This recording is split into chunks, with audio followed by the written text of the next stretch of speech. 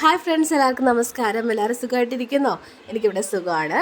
അപ്പോൾ ഇന്നൊരു സൺഡേ അല്ലേ, കുറേ ദിവസം ഇവിടെ എല്ലാവർക്കും ഫീവറും കോൾഡൊക്കെ ആയിരുന്നു. അത് കാരണം ഫുഡ് എന്ത് കഴിച്ച് കഴിഞ്ഞാലും ടേസ്റ്റേ ഉണ്ടായിരുന്നില്ല. അപ്പോൾ ഇന്ന് സൺഡേ ആയതുകൊണ്ട് ഇന്ന് എൻ്റെ ചേട്ടൻ ഇന്ന് അവധിയാണ്, ഇന്ന് ഓഫീസിൽ പോകണ്ട.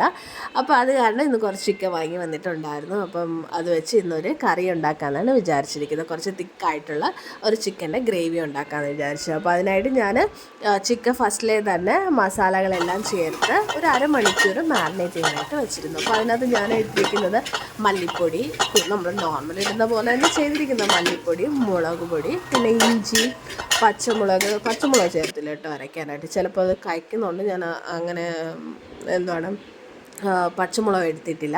ഞാൻ എടുത്തിരിക്കുന്നത് ഇഞ്ചി, വെളുത്തുള്ളി, പിന്നെ കുറച്ച് മല്ലിയില, ഒരു 2-3 ഇതള് കറിവേപ്പില കൂടി ചേർത്തിട്ടുണ്ട്. പിന്നെ ഇതിനകത്ത് ഞാൻ കുറച്ച് മുളക് പൊടി, മല്ലിപ്പൊടി, ഗരം മസാല, കുരുമുളക്, അപ്പോൾ ഇതെല്ലാം കൂടി ചേർത്താണ് ഞാൻ അരച്ച് മസാല എടുത്തിരിക്കുന്നത്. അത് മാരിനേറ്റ് ചെയ്തിരിക്കാൻ വച്ചിരിക്കുന്ന ചിക്കനകത്ത് ഞാൻ ചേർത്തിട്ടുണ്ടായിരുന്നു.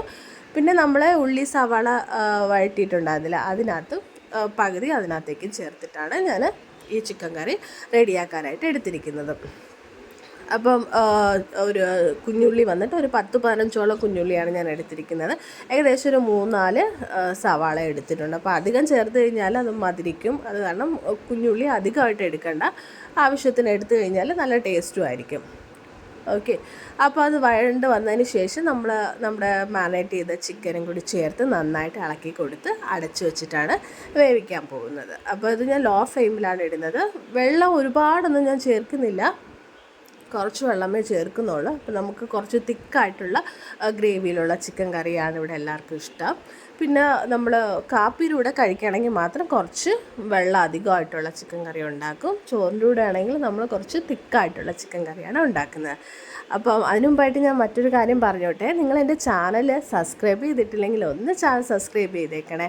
അതുപോലെ ഈ ചാനൽ ഇഷ്ടമായെങ്കിൽ, ഈ വീഡിയോ ഇഷ്ടമായെങ്കിൽ ലൈക്ക് ചെയ്യുക, ഷെയർ ചെയ്യുക, നിങ്ങളുടെ കമൻറ്റ് തീർച്ചയായിട്ടും രേഖപ്പെടുത്താവുന്നതാണ്. അപ്പം വീഡിയോ കണ്ടുകൊണ്ടിരിക്കുന്നവർ സബ്സ്ക്രൈബ് ചെയ്തിട്ടില്ലെങ്കിൽ ഒന്ന് സബ്സ്ക്രൈബ് ചെയ്തേക്കണേ. ഞാൻ താമസിക്കുന്നത് ചെന്നൈയിലാണ് കേട്ടോ. ലാസ്റ്റ് ഒരു 12 ഇയേഴ്സായിട്ട് ഞാൻ ചെന്നൈയിലാണ് താമസിക്കുന്നത്. അപ്പം ഇവിടെ മുമ്പ് ജോബ് ഉണ്ടായിരുന്നു, കല്യാണത്തിന് മുമ്പ് ഇവിടെ ജോബ് ഉണ്ടായിരുന്നു. അതിനുശേഷം പിന്നെ ഡെലിവറിയൊക്കെ കഴിഞ്ഞതിന് ശേഷം റിസൈൻ ചെയ്തു. അപ്പോൾ ഹസ്ബൻഡ് ഇവിടെയാണ് വർക്ക് ചെയ്യുന്നത്. ഇപ്പോൾ എൻ്റെ നാട്ടിലെ സ്ഥലം എന്ന് വെച്ചാൽ ട്രിവാൻഡ്രം ആണ്, വർക്കലയാണ് എൻ്റെ സ്ഥലം. അപ്പോൾ എൻ്റെ അച്ഛനും അമ്മയും എല്ലാവരും നാട്ടിൽ തന്നെയാണ് ഉള്ളത്.